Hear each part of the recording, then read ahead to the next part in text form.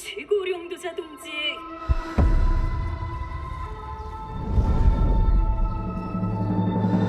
현명한 용도 아래 우리 조선 반도는 질서 정연하고 강력하다.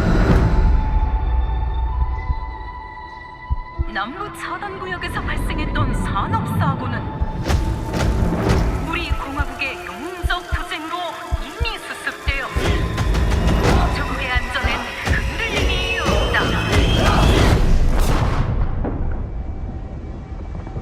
차단구역은 안전하다. Inside the mall is a set of black files carrying bounty intel on a high-value target. Locate the files and eliminate the HVT. Expect contact. HVT may be in the area hunting anyone after that intel. Jeez, this place is huge. It's dark as hell. That's why you got NVGs, man. Hey, I'm gonna head downstairs real quick. See if there's any weapons or gear laying around. No, that's a negative. That's not why we're here. I'm gonna be fine. It's only gonna take 2 seconds. I say again, that's a negative. Okay, get your ass upstairs.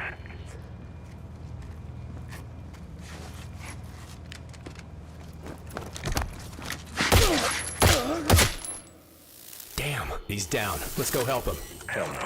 That's on him. I told him to get his ass up here. Copy. Where are we at on the intel? Got it.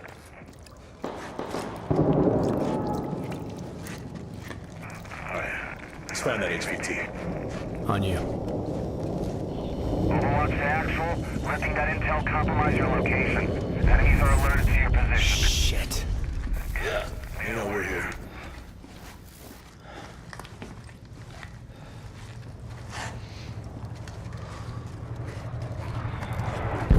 Damn. Bro, okay. Alright, let's just find that HVT.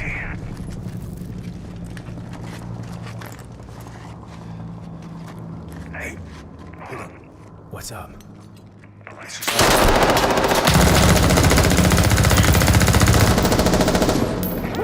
Hey, you good, man? Fuck. Yeah, you're all right.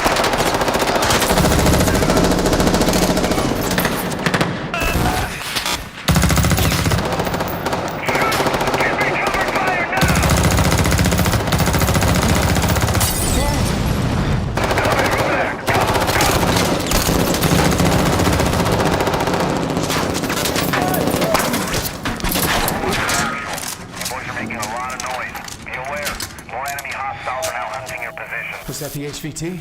Hey, fuck the HVT. Let's just go to exfil. Fuck!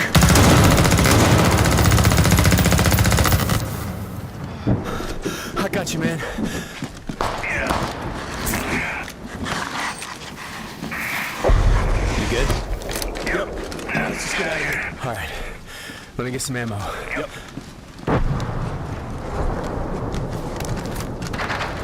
Oh, hell yeah. All right, let's move. Overwatch to actual. Look for any building with green smoke. I say again, green smoke. Brace, you got eggs? Yeah, I got it.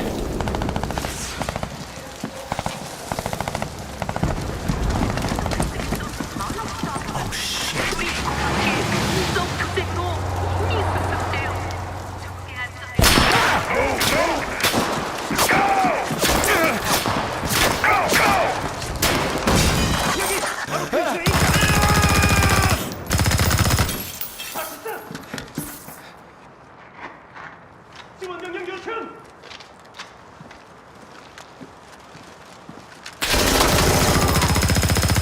Where the hell are you? I'm inside.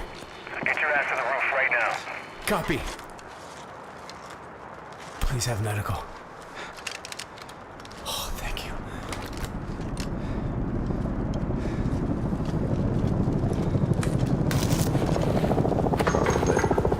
Hey, Locker, you downstairs? Negative. I'm headed up the ladder. Going up to the roof. Oh, shit!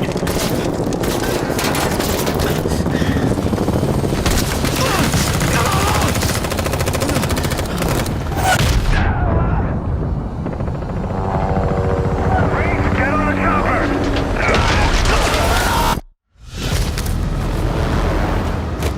Go, go!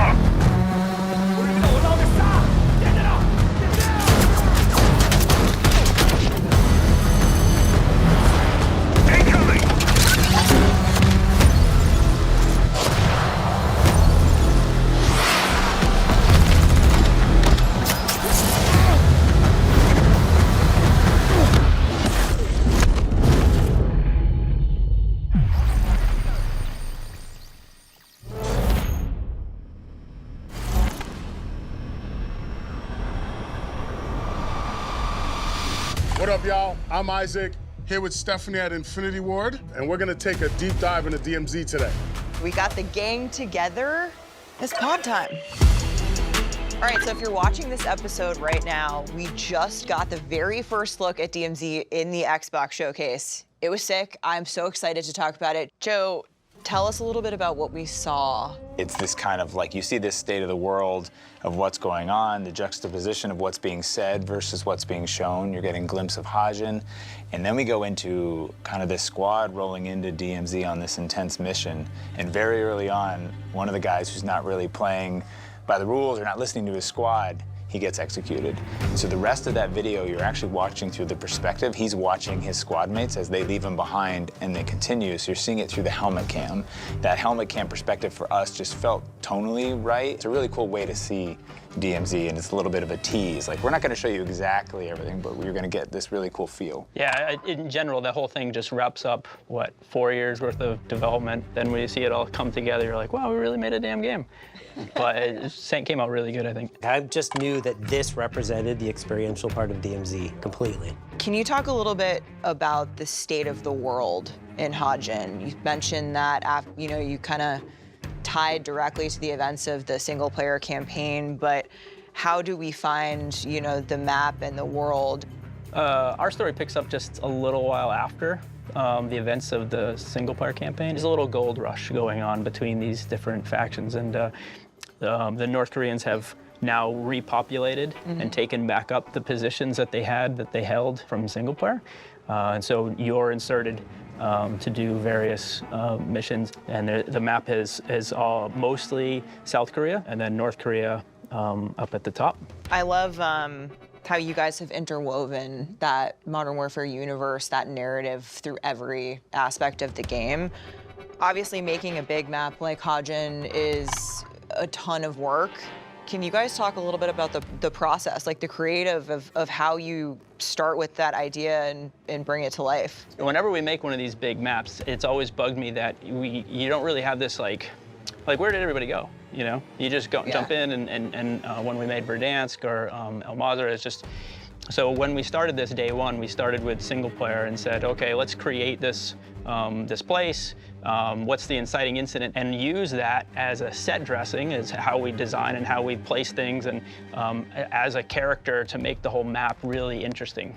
We found through these games that just being able to walk through the world and find these little areas and explore and discover things really added to the gameplay. And if you could just walk through a neighborhood and up into the woods and through some old abandoned broadcast station and back down into some farmlands, we could make that enjoyable and exciting and kind of spooky and give it this layer of character, then everything else that happens on the way is gravy. I think we are talking about what we were looking for.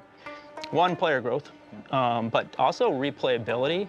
Yeah. And everything that we can do to keep it fresh. And to answer more on the set deck, like the art team was amazing. You look at El Mazra and you walk into any building, you're like, people were here 5 minutes ago, but they weren't. But when you look at Hajin and you go into a building, you see like, oh wow, there's panic. There's chairs knocked over and suitcases half packed, and you're like, looks like someone left here in a rush. In a hurry, yeah. So every building is telling a story, which goes all the way back to the SP campaign. It's awesome. And what's cool is like even if you don't start with the single player campaign, you could play DMZ and then you see all these things and then you're like, I want to play the prequel. Yeah. So it's almost like you could go back and play the single player and see how this city got formed and shaped the way it is. So. I've also heard that, DMZ is now a living world. How has that been, trying to make the world actually alive? I think you've always mentioned when you push the world actually pushes you back. There's a bunch of different aspects to the living world. What's in it? We can start there with the different tiers of AI that we have. Mundy could talk a little bit to the star system and how that works. Yeah, I mean, before that, though, I want to talk about the living world bit, where you said, like, why is it a living world? Like, one of the philosophies I've had as we set up the world is we treat the world like an organism, and it's all at this equilibrium. Like, if you just sat back and watched, everyone's just kind of doing their thing. The AI are traveling the map. There's guys getting trained. There's doing exercises. They're doing knife drills and all this. And you're a virus as a player. You're going in and inserting yourself into the space and kind of messing it up. And then the world wants to fight back and like put things back to normal. So that's why it's living. It's this world that's just so reactive to how you are in the space. It's like we're chilling here. We're quiet and peaceful here. Why are you coming to bother us, right? I mean, they're still evil. They're still doing nefarious things. I was about to be like, well, yeah. We're more of antibodies. Okay, maybe we're the Okay, antibodies. sure, yeah. Welcome to Biology, the podcast. Right. We work in video games. But yeah, we lean so hard into the world and making it feel alive and making it feel believable. And that when you go in, one of the difficulties with the DMZ beta was as soon as you fired your weapon, or as soon as an AI saw you and fired at you, they essentially went loud. They told a bunch of other AI that there's something bad here, and everyone went after you. And so you didn't really feel like you could control the world. And in DMZ, we now have a stealth system that allows you to step out in the open, and as soon as an AI starts seeing you, you get an audio cue, a visual cue. You can hit the deck, you can pause that combat. You can take those AI out, and if you take them out without anyone seeing, then you can kind of control the world. But if you get compromised and you keep killing more AI and you keep killing roaming commanders and whatnot, your star level goes up and the world starts to come after you. They try and get rid of you. So we're really excited for players to engage with this because it does allow them to play how they want to play. But you can also manipulate it if you fade off into the woods, which is a big part of the map, is being able to kind of just disengage. You can use suppressors. There's a bunch of different things that don't really trigger a response. And so you really can kind of determine how much it will push back to you. You guys are such big fans and players of Extraction too. You're so passionate about it, and how did you bring that experience from, you know, playing with each other, and how did it shape DMZ? Accidentally shooting Jeff in the head. Playing some unknown game. Yeah, and another extraction shooter. I think I have an enemy. Where? Oh. Shit, I just killed Jeff. How'd you get ahead? And he's like, hide my shit in the I bushes. did the exact same to Jack Reynolds. Yep. You shot at me. Yeah. You looked in your inventory, I ran ahead, and you're like, I think I see someone. Where? I'm taking shots. Yeah. I'll cover you. Where are they from? Yeah. So a goal was to make it a bit more accessible. Yeah. Head icons, letting you know that you actually have teammates, being able to find a way to extract them. Just try to, you know, kind of make it, you know, more accessible. Yeah. I think one of the things when we looked at, you know, starting DMZ was the different types of players, and how could we build something that appealed to a wide variety of players. So you have your people who are your collectors or your looters, you have your people who are your narrative players, you have your PvPers, you have your PvEers who really like playing against AI or other bosses and things. And so that was our kind of challenge to ourselves, is if we can find a success condition for each of those players as they come into this mode, then everyone can exist together, play together, work together, hunt each other. And that was kind of the birth, I think, of DMZ. Yeah, that defines what we mean when we say accessible. Like, it takes all sorts of players. The community is diverse, and that's what makes the experiences so interesting. That's what ends up having these amazing different stories that come out from DMZ, because people are playing it in different ways, but all in the same space. Yeah. We actually did surveys in-game in terms of actually getting data from the players and getting feedback from the players of what they like to do, and that's where we came up with the conclusion that, like, yes, there was very diverse activities that people like to do in varying differences. Like PvP is a big centric aspect of this, but so is all the other activities that people were doing. And as we play live extraction shooters as well, I think there's something for us to the genre, which is the stakes, you know, like the loss, the like putting everything on the table, that excitement that you're only getting in these types of game modes. You know, it's a little bit. Yeah, but it's cool. It's you know, if you equate it to like VR, there's no pressure pushing you to do these actions. It's kind of this really beefy mid game of a VR where you just can kind of go and you go where you want, and you kind of determine your level of participation or anxiety, or the adventure that you want to go on, right? And you can change mid-match. Okay, Mundy, I've got a fun one for you. Oh no. Infill to exfil. Oh my. Take us through what a match looks like. What are we experiencing? Give us the high-level hits. I mean, gosh, everyone's got a little bit of an input on this one in particular, but I've been thinking a lot about what makes a full deployment. And the crazy thing about it is it's not really a one-size-fits-all. That's the thing. So you infill, you get to choose how you want to infill, and if you've done free roam or dynamic ops or story mission, there's going to be maybe an objective marker on the HUD or maybe not. And it's kind of you've chosen like your level of involvement on where the game's going to kind of tell you where to go. And from there, we kind of go, you're going from point A to point B, whatever, if it's a mission you picked or it's an objective just from the front end. And it's about what you run into along the way. It's like almost like little side quests pop up. And when you finally get to exfil, hopefully you exfil, everyone has a story. And that's the thing, it changes every single time. I mean, we'll have playtests and people come like, I can't believe this thing happened and I did this and the exfil chopper and a rocket came in and knocked me out. And it's like, people are telling stories of DMZ and they're always different. And that's, I think, one of the most amazing things about the DMZ space.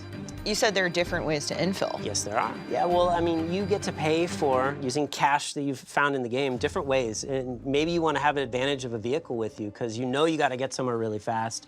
Maybe dirt bikes or maybe LTV. I mean, there's various different ways you can come into the space, and they all have their advantages, but they also sometimes have their tells. If you come in a helicopter, everyone's going to be like, they bought a helicopter. Yeah. But there's also all the air traffic that you can kind of hide in DMZ, like AI are flying by too. So you can get lost. Players?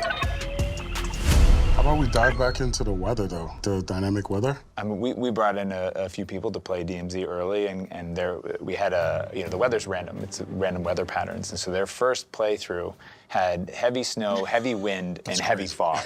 They were like, holy shit! And then we were watching them play, and they're going upriver on the raft with the wind blowing and the snow going horizontal, and their guns are covered in snow in their hands, and then the next time they played, it was rain sprinkled, that then transitioned into heavy rain. It just makes the map and the world feel dynamic and makes it feel real. And then, one of them was like, the map's kind of dark. And we're like, well, you got a couple, this was at lunch, and we're like, well, the next deployment, let's see what happens. The next deployment, it was sunny. And he was like, never mind, it's good. So it's really, really cool, and it just makes the world feel alive, and it makes it feel more real. It changes throughout the match, you said. Yes, it does. It's not static, it's not just rain. It actually changes and transitions. It's not even a map wide. Yeah. There are pockets. Cool. Yeah. So you could be on a hill, look down across a valley, and then you'll see this cool storm front. Yeah. And you can see where it's raining down there. Yeah. And so you can go down in and go down that area. So. And for those who are concerned about fairness in PvE, yes, they change what they can see based on if it's super foggy, they can't see as far, just like you. So in DMZ, we have multiple options for deployment. Yep. So you can either deploy into free roam, Yep. you can either deploy into story missions, or you can either deploy into dynamic operations. We were talking about that. It stemmed from the DMZ beta and joining into a random squad. And everyone kind of has different goals that they want to do. So you'd have these moments where you land on the ground and then two players just F off in different directions because they have their own things they want to do. And you're like, whoa, what are you doing? Yeah. So in DMZ, we've pushed hard that we have, before you're going in, you're choosing what you want to do. So if you want to do story missions, then you choose that and you get matched with other players on the deployment who are working on your chosen story mission. Same thing with dynamic operations. You don't have to run to collect the phone. You can just say, I want to go play a dynamic operation, and we pair you with a bunch of other players that want to do that, and that squad goes in. And so then you have that clarity. But if you want to do free roam and you want to hop in with other players who want to do free roam, then it's wide open. You guys can talk and figure out what you want to do once your boots hit the ground. It's kind of letting you have a shared purpose before you head into the match, essentially. Yeah. And our DMZ orders direct you towards those play experiences because one thing we learned is dropping you right into the battlefield. Like, then the way you learn the game is through dying. And that's not really fun to, die. And then, that's how I learned how to play DMZ. Yeah. I know. I mean, some players are going to want to go in free roam, just be like, I don't care. Don't tell me what to do. Exactly. I'll figure it out. But and they can for a lot of players, it's like, I want to do a story mission. Let's see what this is about. Right. Yep. Yeah. But you still get all of the unknown quantities of extraction. You're even still if with you're everyone doing a else. story That's mission. the magic of it, is you're still with all the people doing dynamic operations, story missions, and free roam. They're all together. So story missions for us, they're big, important missions that take place in a specific POI.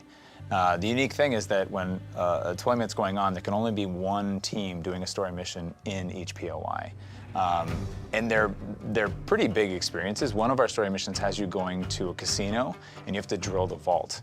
So heading in, I won't tell everything, but heading into that vault, your goal is to get into that vault. You need to get up to the penthouse, but the power's off. So you have to get the power going on. Skipping ahead, eventually you get in, you drill that vault, and a bunch of enemies come after you as you're trying to get the cash out, get as much as you can out, and survive. The really unique thing about the story missions is that once you learn that mechanic from the story mission, even if you're not on that mission, you can still go to the casino and do that later on. It's a great way to get cash and other valuables out of DMZ. We're trying to take that with each of our story missions. We have another one in a hospital where you're trying to get somebody out of there who's being treated in this abandoned hospital against their will. So we're really excited for people to dig into those, and we feel like they represent kind of a leveling up of what it means to have a story mission in an extraction shooter. Well, what about dynamic operations? Because that's something that's new to DMZ and Modern Warfare 4 as well. Yeah, dynamic ops came out of the beta, and we saw a group of players that just wanted to play contracts. And just that was their thing. They come in, do a bunch of contracts, and exfil. And so we sat down and we're like, well, what would it be like if that was just the way someone played? How could we make that replayable for every time you come in and play? And that was where the dynamic ops system came in. And you have probably better insight into that. I think you hit it. They're the grown-up version of contracts. And contracts in the beta were like, you get it, you go to a place, and you're done. And we realized that wasn't enough space to tell more of the narrative of DMZ. So now we have multi-steps to these dynamic operations. And that's one thing where we can tell the story of the military weapons that are in the field that you're trying to neutralize, capture, and pull off the field so that North Koreans can't take them. But the other part of dynamic ops that's fascinating is they really are dynamic. So not only by location, but also by how you get to it. So the dynamic ops usually have one main beat. Maybe it's rescuing a hostage, which you might remember was a really fun contract last game. Very easy way to get to the map. Oh yeah. That was my favorite. And we've kept that. You can still do that. But in this one, it's not just like, oh, there's the hostage over there, go rescue him and take him over there. Now it's like, well, where is the hostage? Okay, so maybe we have to get intel, or maybe we have to break open a safe, and that safe's gonna tell us where the hostage is. But then we get to the hostage and he's like, well, there's bio stuff over there and you gotta neutralize that. So take me to the helicopter and then I'll tell you where it, and it's just this unfolding story every time that's just a little bit different. Another way to think about it as well is as you head into DMZ, how long do you want your play session to be, right? Like you might want to head into meaty story missions with friends that takes a bit longer versus like, hey, I want a quick hit going through dynamic ops, or I want to do this very specific thing in free roam that might be 5 minutes, might be as long as the match time runs. Talk to us a little bit about dedicated progression. I know that's a lot. I mean, the thing we keep saying about DMZ is that it's a game within a game, and we want it to be a real extraction shooter. And so early on, we decided to give it its own progression. So any XP that you're earning in DMZ will rank up your DMZ rank. What that does is it unlocks new stations in your fob, it upgrades those stations, it unlocks new content for your stash, and much more. So even if you die, that XP still goes. In DMZ Beta, we had the active duty slots, and those are back now. But that operator that's in that slot, as you play with them, they're ranking up. And as their rank goes higher, their dog tag quality increases, and you get trait points that you can spend on traits to customize that operator. But the coolest thing is that if that operator dies, you have an option when you get back to the fob to rescue them. We call it our MIA system. And you can spend cash to rescue that operator, and any XP you've earned now converts to trait points. You can spend those points and continue that progression with that operator. It also means you can have an operator for different purposes. Yes. You know, you can start collecting this operators for when I'm doing my missions or going after some loot. This one's for when I'm hunting players, and so on and so forth. But also that operator doesn't just delete. The option to rescue him stays there forever. So you can, it's just like like, hey, I don't have enough money to rescue him, but I'll go and play some matches, earn up some money, then I'll go save him. You know. So about the stealth system. Is there anything that players should be aware of when running around, or just? Artie, do you want to take the stealth system? I can talk about it. So our stealth system is different because it's not binary. It's not one of those things where the AI sees you and all of a sudden the switch is flipped. It's more reactionary to how you're behaving. If you do get detected, you become compromised, and after compromised, you kill AI, now your star system starts to go up. You get 1 star, and reinforcements are coming in. You go all the way to 5 stars, and we're gonna send, oh gosh, Death Stalkers after you, Hunt Squads. We may even send some Riot Shield guys after you, so yeah, the world's really gonna react pretty strong if you push hard. Yeah, I've had that experience. You have? It gets pretty gnarly. Did you survive? I tried my best, like running away from them. I could not hide from those guys. I think Scott Carpenter was watching me trying to get away from them for oh my God. 2 or 3 minutes. It got really crazy. But I should say also, it's opt-in. So if you, like Jeff said earlier, if you disengage from a POI and go off into the woods, we know that, we detect that, and we go, we're pretty sure you don't want this, and we let it kind of calm down naturally a little bit. Might there be any extra rewards if you're willing to risk it all on the star system? There's only one way to find out. It's by killing those guys. Day one. Tell us how looting and crafting will work in the game. It's been a group effort, right? From the design of Hajin to what kind of loot you're going to find in the game to the containers. And the goal from the start was that there's a logical layer to looting. So if I'm from the buildings you go into, so if I'm looking for military gear, I'm going to be hitting police stations. If I'm looking for medical gear, I'm going to be hitting clinics and hospitals. And if I'm looking for printer materials, I'm going to be hitting residential buildings. I'm going to be hitting gas stations. If I need radiation gear, I'm going to be hitting the fire stations. And if you need money. And if you need money, you got the vaults, you got the cash registers. We also pushed really hard if you are desperate and you need a bandage to heal your wound, that every bathroom generally has a medicine cabinet, so you can check in there. So it's all built around realism as much as we can, to where I think I might find something, I can go to find that thing. So that's kind of like layer 1 to the looting system. It also gives really strong purpose to the looting, because all those items those places you're going, you're also finding crafting materials. So if you didn't find the thing you were looking for, if you didn't find the plate carrier in the police station, you can come back to the fob and you go into your printer, and if you have the right printer ingredient, you can print your plate carriers, you can print your backpacks, and much more. There might be some items that you need to craft more powerful items that you can only find on roaming commanders or on bosses. Yep. So you're going to have a fight on your hands if you want to get your hands on them. The fob is going to be a really cool spot for you and your people to just kind of hang out. But there's also, what you guys are missing is that there's also a firing range in the fob too, no? Mm-hmm. Yep. Yeah. You know, so you can test out your weapon, whatever you just bought from the gunsmith, you go test it out in the firing range real quick. Yep. But it's kind of just a hangout spot for you and your team. You don't have to deploy immediately, but you can kind of just chill in there before you guys are ready to deploy. Yeah, and the fob is really fun and it's cool to run around. And when people are waiting to deploy, they're sliding and jumping. Yeah. But anything you can do in the fob, you also can open up the menu and just quickly jump with our quick nav between your 3D printer to your stash to your gunsmith. So it's all really, really quick and easy to use on keyboard and mouse and controller. And the fob is a place that you start off in, you have your fob, and then you can invite friends to your party, and then they appear in your fob. But it's just you and your friends. It's not anybody else. Yep. Tell us about the different tiers of enemies that you're going to face in the DMZ. Generally, as you work through DMZ, you're kind of our tier 1 grunts, right? And then some areas are tier 2s, and we go all the way up to tier 4s, right? And those are the kind of like the scary hunt squad guys that are coming after you. And then a layer on top of that are our lieutenants. Our lieutenants are very dangerous AI. They're never alone. And then Mundy should talk about the next layer of that, which is our roaming commanders. Oh yeah, which Jack mentioned, roaming commanders are going to be the hardest, and we really are looking for entire squads or even multiple squads to take these guys down. We have drone swarms, death stalkers. Yeah, so another one of our roaming commanders is the Juggernaut, and we bring the Juggernaut back this time, and they have depleted uranium rounds. And those rounds will absolutely melt your armor.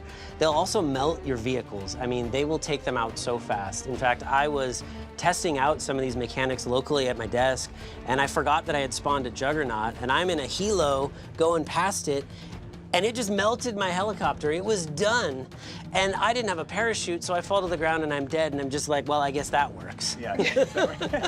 And then the most powerful one, I think, is our tank. And the tank has main gun, which will take out your vehicle in one hit. Yep. And then an MG on the top, which will take you out when you're on the ground. Holy. It's got reactive armor, so even if you have an RPG, it might not do that much. And of course, it's got loot in it. You want to kill this thing to get specific loot to craft specific things in your fob. So sometimes you have to kill it. Yep. And didn't one just hit somebody in the chest? Yes. We were testing AI, and the person was running out the front window, and they mantled just as the tank came over the hill, and it was like, whoop, just straight in the chest. Quickly had to apply the tourniquet and get back up. The tourniquet's actually something that we should bring up as well. Yeah, That's a good point. We were also looking for ways to help players who want to play solo or by themselves, in terms of being able to like get back up in the game at least once. So the new health system that the team designed is you have 150 health, but then if you get knocked down, you can sacrifice 50 health off your health bar to basically apply a tourniquet to yourself and get back up. Now you have 100 health, but you need to find a med kit or a bandage in order to restore that last 50 health. So it's a way to soften the blow when you go down and let players get back up and be able to play more in the game mode and experience it.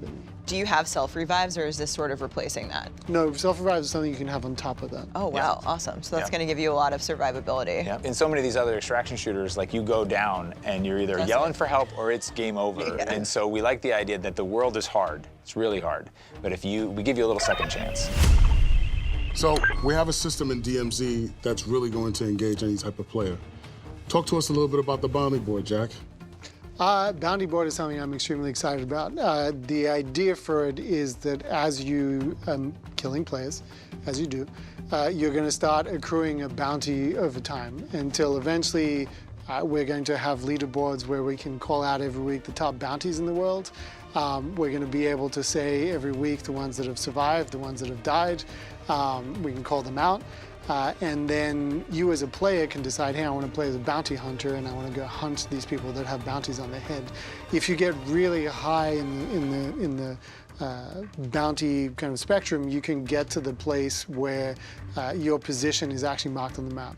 So for somebody like myself, I'm excited about it because I can kind of be on the map and it's kind of just like, hey, come hunt me. It's a little bit like putting a contract on yourself where it's like saying, mark me as a target, and then invite everybody to come fight you, essentially. So you're also going to have the player killers, like they're the taking out those bounties. Yeah. But to your point earlier with active duty slots, you can kind of customize your setup to maybe have a couple different builds for that. Right? Totally. Yeah, you could have an operator that you've equipped as your bounty hunter type that you're going to go chase after other players with.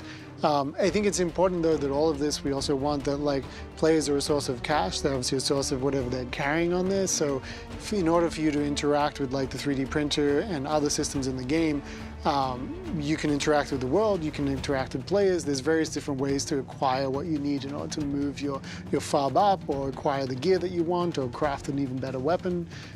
So all those systems kind of interplay with each other to make the DMZ universe. What's the single, feature or element of DMZ that you're just all super excited for players to get into? I mean, just exploring the map to me is, I want to see how people fight in it. Yeah. We've designed it so that the center has a lot of foliage, more foliage than we've ever been able to do. And when you get in there and you're having firefights, it just looks like something out of a movie. But being able to, be in a little suburb, kind of feel too much pressure, and then just fade into the woods. You feel like some action hero that just kind of goes, rogue and runs off. So I'm excited to see how many crazy firefights and stories just come from the map itself. I'm excited in the map that there's all these little secrets that Jeff and his team have put in there. I like the idea. I enjoyed there's a care package hanging off the side of a skyscraper, and I had to like jump down and hopefully land right on it to get the loot that was inside. You go into what you think is a sewer tunnel and it leads to a secret base underneath. Like, there's a lot to explore on the map. It's really exciting. And it's massive, right? This is one of the biggest maps you guys have ever made, right? It is the biggest. The biggest map that we've ever made. You guys, we've all been at this for almost, 4 years, maybe longer, right, with DMZ Beta. As a fan, I would love to know, like, what are some of the cool stories from the process of development into now that, you'd like to share with some of the folks out there? I can think of one moment that hit for me where I transitioned from a developer into a full-on fan of DMZ. I was playing with Matt Holdner and Dave Lee, and we were playing this match. And it was playing out like most matches do. You fight some players, you fight some AI, and you're going. And we were so immersed in the world, we lost track of time. We didn't realize the radiation was expanding, and we missed the final exfil, or we missed the second to last exfil, and the final exfil pops up. And long story short, it was a race to get there. And as we're racing in the vehicle, vehicle and it runs out of fuel, and then we're on foot, as happens. We all went silent, and it was really weird. I was like, did Dave's mic break, or what's going on? And finally, we exfil, like 3, 2, 1, and we're in. The radiation covers the exfil chopper. We're putting on the masks that are in there. And I turned to Dave, and I was, Dave, what happened, man? Like, are you okay? You got what quiet? Is your mic dead? And he's like, no. That was the most dramatic moment I've ever had in a game. And we all just realized, like, holy crap, like this is, all the things you've been working towards are finally realized into this thing that you can see now as a fan and a player. And we just went, wow, this is awesome. I think it's the mix of all the things coming together, right? So you play and you're playing, and just the amount of times that I say personally, when I'm playing, oh, that's fucking cool. Oh, that area of the map, I didn't realize that was there. Oh, the weather, oh, snow, that's really cool.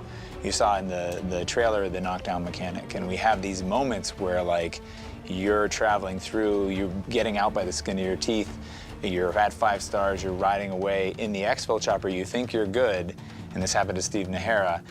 All of a sudden, AI chopper pulls up sideways to the exfil, and he's looking at him, and they fire an RPG into the chopper, hits him, and knocks him out the other side of the chopper. So he goes falling down. Holder's just looking at him like, sorry, bud.